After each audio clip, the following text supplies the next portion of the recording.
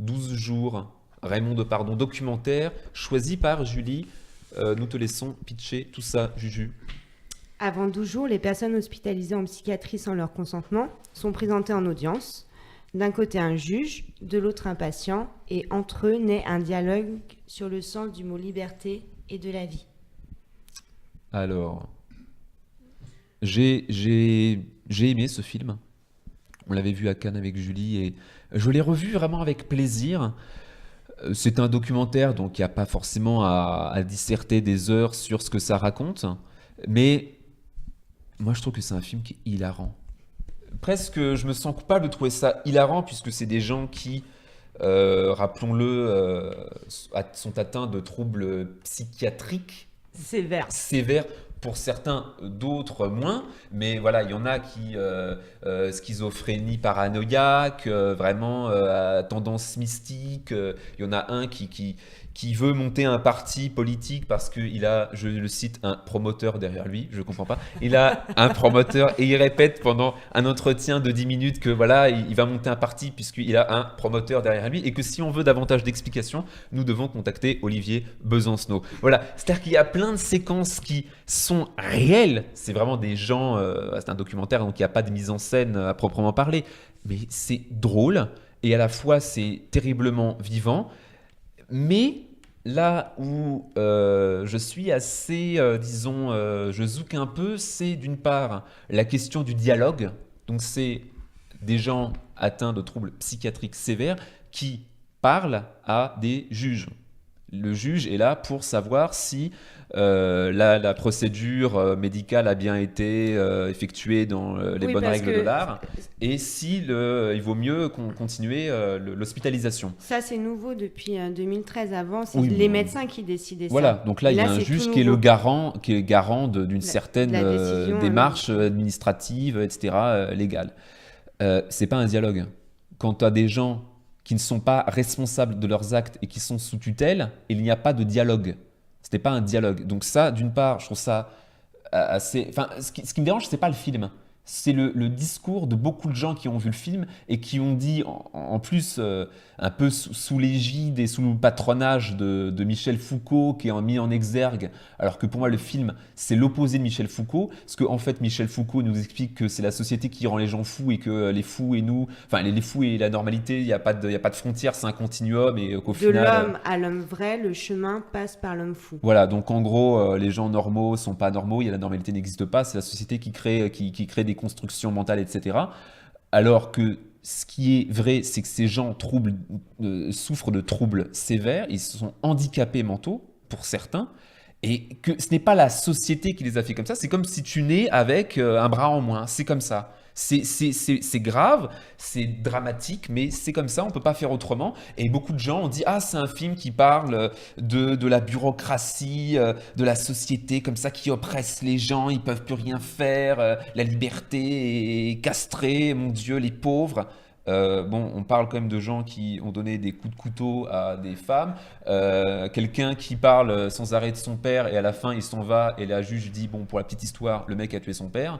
On est face à des gens qui ne sont pas entre guillemets J'ai normaux. l'impression que ta chronique est une tribune contre Non, ce que mais- tu as lu ici ou là. On s'en Oui, non, fout, le film hein. est bien. Le film, On c'est un Et bon c'est film. pas- C'est un pas bon un- documentaire. Attends, non. Moi, je le conseille à tout le monde, hein, Alors, vraiment. ah oui. Rémi Fortier. Non, pas moi. Moi, j'ai pas trop aimé ce film. Je me suis un peu fait chier, en vérité. Les scènes s'enfilent, les unes après les autres, avec toujours la même structure. La juge qui parle, qui raconte son truc, et le mec qui est plus ou moins fou, plus ou moins drôle en fonction de sa folie, etc. Bon, d'accord, très bien. Bon, au début, c'est sympa, on s'amuse. Puis elle s'enfile, et hop, il y a un petit plan brumeux sur un panneau de Dodane, tac, avec une petite musique sympa. Hop, pendant 1 minute.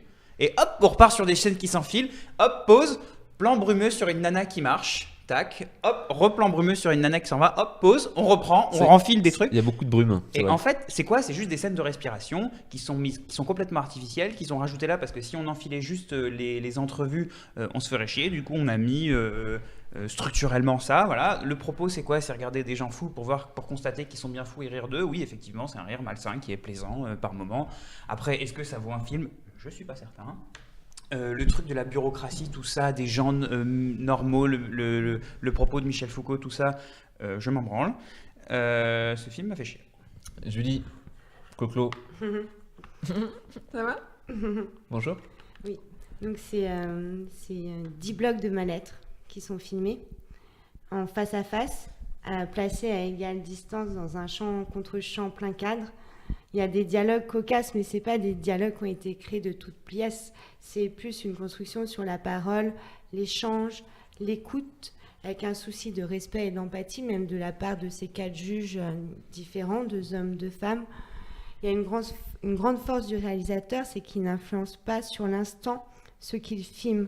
Je crois que ça ne modifie en rien ce qui se passe malgré sa présence et celle des caméras. Il y a tout un humour qui s'en engage. Tu en as évoqué pas mal, Quentin. Je peux te faire une autre anecdote?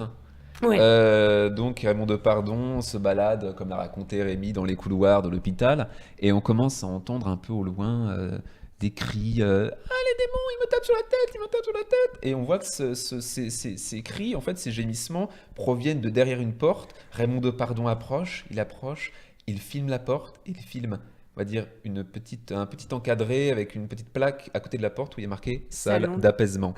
C'est absolument, mais drôlissime. Un autre moment où il est encore dans les couloirs et il y a de la musique. Et la musique qui passe, c'est une nuit et de tu danses, folie. danses, comme une nuit de folie. Et C'est c'est vraiment mais dingue quoi. C'est drôle.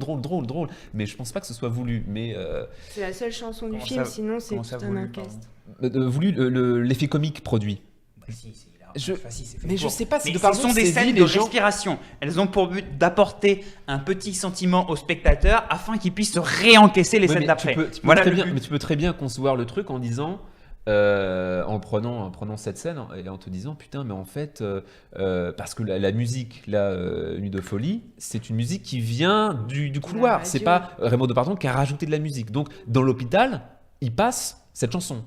Mais ça passe Un, à un la mec, radio. un quoi. mec, ouais, un mec Oui, pourrait c'est- dire mais c'est scandaleux Mais que dans c'est un ironique, hôpital quoi. ils mettent ça, c'est horrible. Mais c'est-à-dire qu'il peut Mais avoir deux tout types le de propos spectateurs. du film, c'est de faire un rire malsain sur la folie. Mais je Donc, pense- Mais non, mais pas du tout. Mais pas Pas du tout, pas du tout. Ça, Julie. ça se passe comme ça, et moi je trouve ça très drôle, mais je pense pas que ce soit une volonté du réalisateur. C'est drôle. Mais il a bien choisi de le mettre là. Oui, mais Il a oui, fait un mais montage. toi, Il a pas toi, ça te fait rire. Mais des gens, ils peuvent être glacés. Ils peuvent être glacés par ça, complètement. En tout cas, je trouve Peut-être un que peu malsain. alors. Mais en tu es effet, malsain, tout le Rémi. monde devrait le voir parce que c'est quand même le témoin de ce qui se passe dans nos sociétés. Et il y a un malade qui demande d'ailleurs à un juge d'instruction, mais pourquoi on est malade? Bah oui, pourquoi lui, pourquoi pas toi?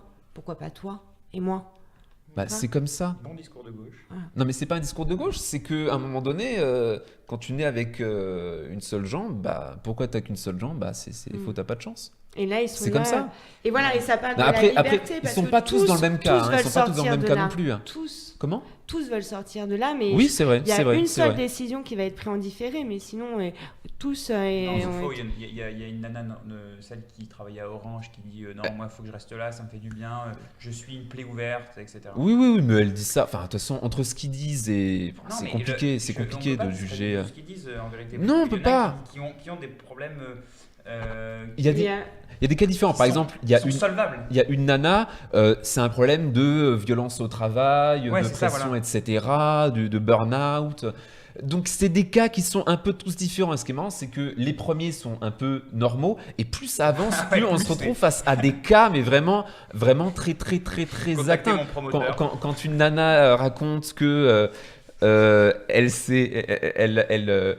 elle subit des infractions, je sais pas, comment elle dit déjà, Par par télépathie, C'est fait qu'elle violer, s'est ouais. coupé les veines pour enlever le flux sexuel malsain de la personne qu'il a violé 12 fois, dont elle connaît pas le prénom, mais elle sait qu'il s'appelle Youpi.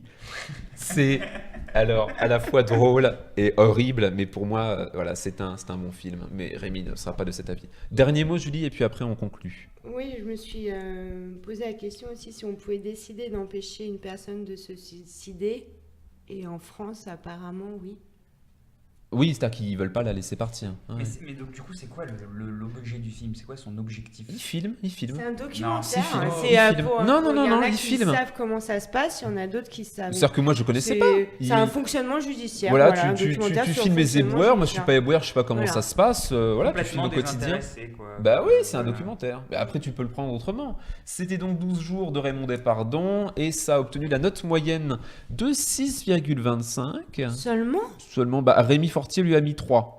Et toi, tu lui as mis 10 sur 10. Pour toi, donc c'est le meilleur film de ta vie, quoi. Depuis 2 ans, t'as jamais vu un film meilleur. Mesuré.